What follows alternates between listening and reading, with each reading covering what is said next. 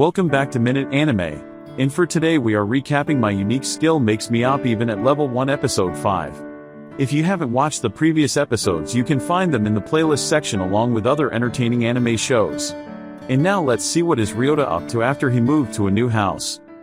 Emily in the new house's kitchen cooking, tastes the food and likes it, states that she is enjoying her life. She seems like she is talking to someone when she asks if she is watching, although she is alone in the house. Meanwhile, Ryota is in Nahalmi dungeon to raise his skills. This time he is killing mummies which raises his speed. He is about to reload his pistol when he finds out that he is out of bullets. Unluckily, at the same moment, a mummy shows up and attacks Ryota. Ryota strikes the mummy with his leg, splitting the mummy into two. That makes him notice how powerful he is now, especially since his strength rank is S now. Later that day, Ryota sits and swallows gratitude to relax. Suddenly, a handsome guy with two beautiful girls shows up and sits with Ryota. He heard about Ryota's powers and he would like to arm wrestle Ryota. Ryota could not let go that easy. They agree to wrestle, and once they start, Ryota notices how powerful is the guy. Their hands get tighter and tighter as the people watch. The table is barely standing. The strange guy looks like a rival, but eventually, Ryota holds the guy's hand down and wins. Everyone got surprised that he got to defeat Neptune. When Ryota hears his name among the crowds, he remembers. Previously, Erza told him that Neptune is the biggest organization here in the city. Although Neptune lost, he does not seem bothered. He asks for a second round but Ryota refuses as they had made a scene. Neptune does not respond, instead, he attempts to point a punch at Ryota. Immediately, Ryota counters with a punch to Neptune's fist, resulting in knocking Neptune away. Again, Neptune does not seem to be bothered. He approaches Ryota, flattering his strength. Surprisingly, Neptune offers Haruto to join them, while everyone is astonished that Ryota got to be scouted by the leader of Neptune himself. But after all, Ryota declines the offer.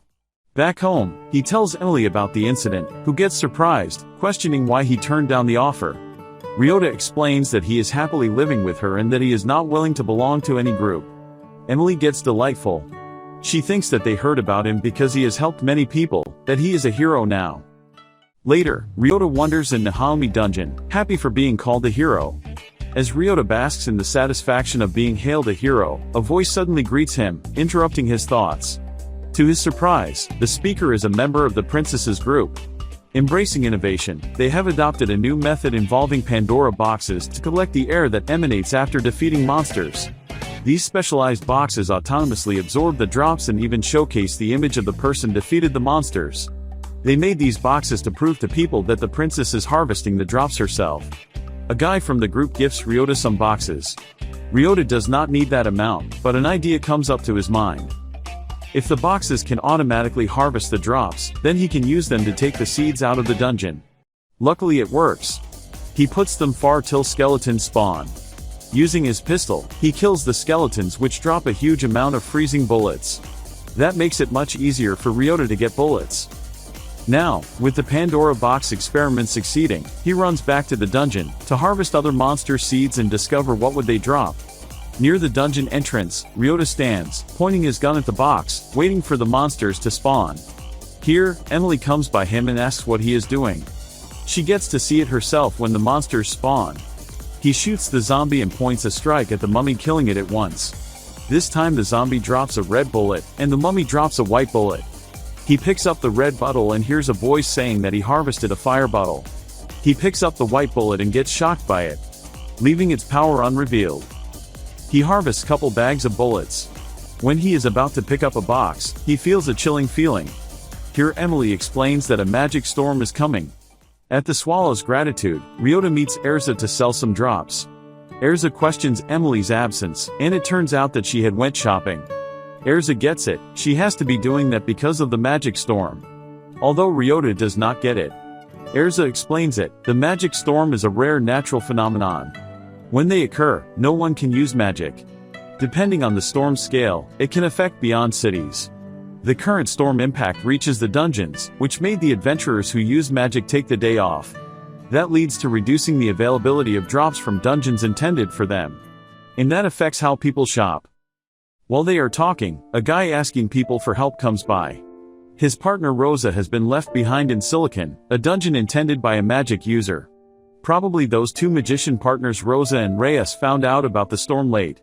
Neptune appears out of nowhere, which scares Ryota. He came again to inquire if Ryota has changed his mind. Ryota declines again, letting Neptune down. However, Neptune gives up on Rosa, who got lost in the Silicon dungeon, stating that he himself would not dare to go near it. Ryota learns that the monsters in the Silicon dungeon take nearly no damage from non-magicians. Ryota hesitates on helping them, then he remembers Emily calling him a hero, which encourages him. He approaches Reyes, who is crying for help, and asks for details while he is willing to help. Ryota rushes into the Silicon dungeon looking for Rosa. He learns that she would be in the 3rd level. He faces a monster in the shape of a big worm. He attacks it using a fire bullet. Then shoots a freezing bullet on the drop so it does not spawn monsters. Fortunately, the special bullets are still working even throughout the magic storm. He continues on his way till he faces multiple worms. And gets in a battle with them. Meanwhile, Emily reaches the Swallow's gratitude and gets to know about the incident, and Eve hears about it too. In the Silicon dungeon, Ryota reaches the 3rd level, where he faces a flying monster, but his bullets are still a big help. Eventually, he finds Rosa unconscious and badly harmed on the 3rd floor. Once he reaches her, a monster appears. He pulls his pistol to find to his surprise that he is out of ammo. On the way, Eve and Emily are running to the dungeon to help Ryota. Eve advises her to stay away. Surely Emily refuses. Eve is helping because of Ryota's delicious carrots, while Emily is helping him because he reminds her of her mother, who has been powerful but kind. She would help whoever needs help. After she helps, she lectures, then she spends some good time with them. One day, a dragon spawns because someone left a drop. The adventurers advise her to run. Instead, she fights the dragon and beat it. But unfortunately, that cost her life.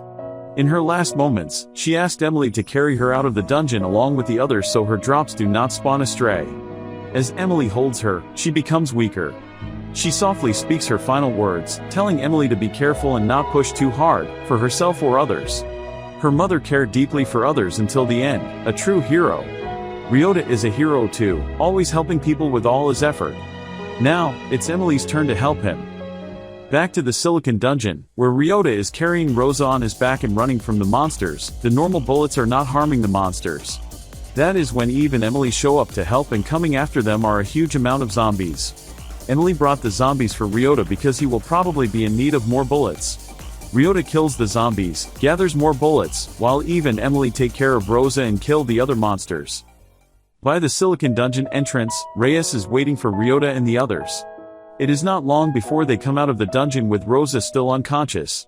Reyes is not able to help Rosa heal as the magic storm is still affecting them. Ryota steps in. He shoots Rosa with a white bullet, which surprisingly turns out to be a healing bullet. And it heals Rosa right away. Reyes thanks them for their help with tears in his eyes. Ryota praises Emily's idea of bringing zombies, so he gathers bullets. Emily tells him she just copied what he has been doing.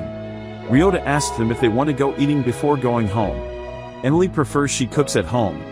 This surprises Ryota as she might be tired of fighting the monsters. But Emily insists and seems to be not bothered about it. She is enjoying her life. And again, she is asking if she is watching her, referring to her forever heroic mother. It turns out that Emily has a touching story. We have come to the end of the episode. If you enjoyed it, hit the like button, and subscribe not to miss any new videos. See you in the next one.